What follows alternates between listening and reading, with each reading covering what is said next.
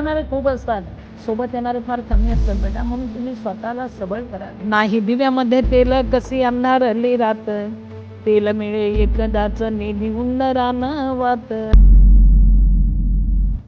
नमस्कार. पदवीधर मतदारसंघाचा आमदार असताना सिंधुताई सपकाळांची 2-3 वेळेस भेट झाली. त्यांच्याविषयी ऐकलं खूप होतं.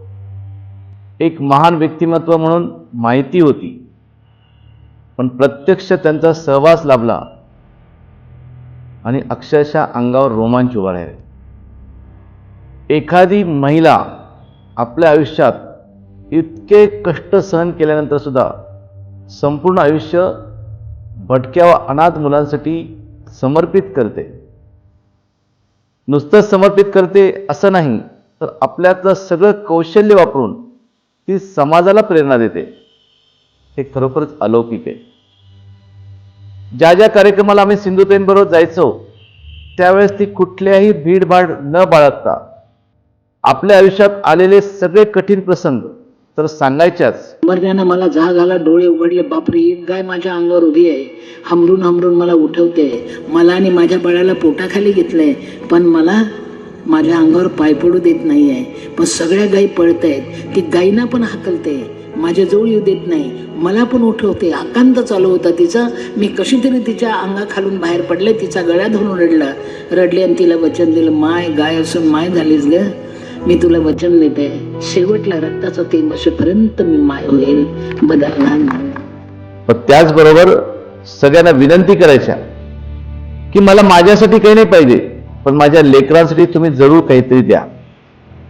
हे मागण्यामधला असलेला एक प्रामाणिकपणा, ह्या मागण्यामध्ये असलेली एक सचोटी, त्यांचं आर्जव करण्याची पद्धत समोरच्याला निश्चितपणे प्रेरणा द्यायची.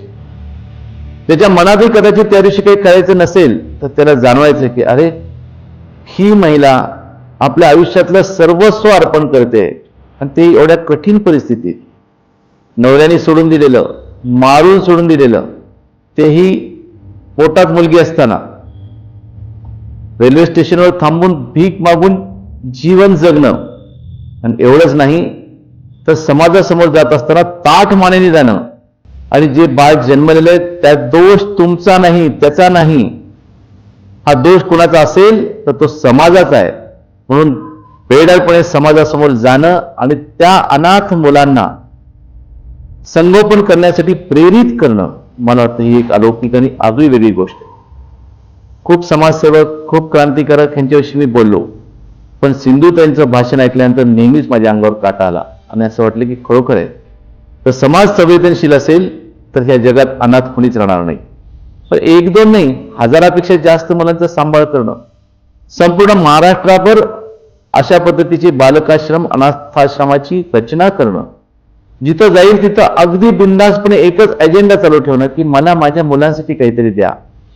खरोखरच अलौकिक सिंधुताईंचा आज पुण्यतिथी.